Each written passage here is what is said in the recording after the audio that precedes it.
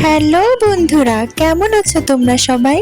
তোমরা কি জানো টুনি পাখি আর টুনি বর ডিম দিয়েছে এবং তারা দুজন ভীষণ খুশি, তবে চিন্তিত যে জঙ্গলের কোনো সাপ এসে তাদের ডিমগুলোকে খেয়ে না ফেলে।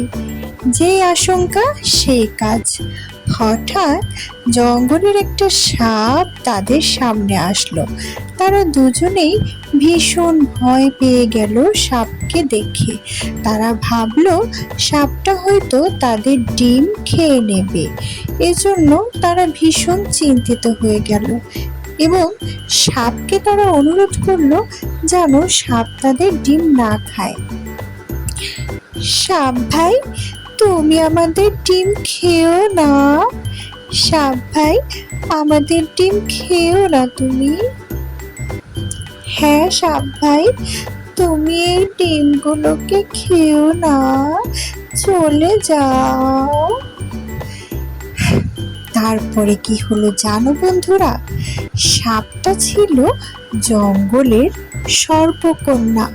সে হঠাৎ টুনি পাখিদেরকে দেখা দিল এবং টুনি পাখিরা দুজনেই সর্পকন্যার হঠাৎ এমন রূপ দেখে ভীষণ ভয় পেয়ে গেল এবং অবাক হয়ে তাকিয়ে রইল। তারা সর্পকন্যাকে জিজ্ঞেস করলো, কে তুমি? তুমি তো সাপ নও, কে তুমি?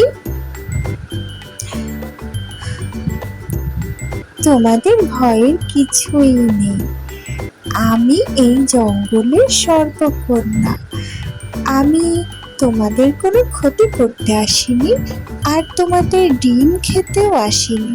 এই রাস্তা দিয়েই যাচ্ছিলাম, হঠাৎ তোমাদের সাথে দেখা হয়ে গেল আমার, তাই আমার আসল রূপটা তোমাদেরকে দেখালাম যাতে তোমরা ভয় না পাও। এই যে আমি এখন চলে যাচ্ছি। এটা বলে সর্পকন্যা তখন তার উদ্দেশ্যে চলে গেল।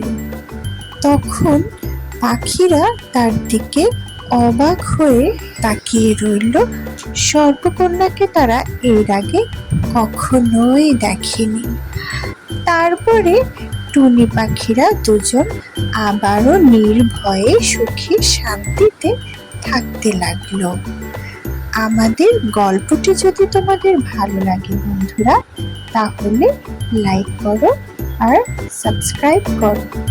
Bye bye, tata.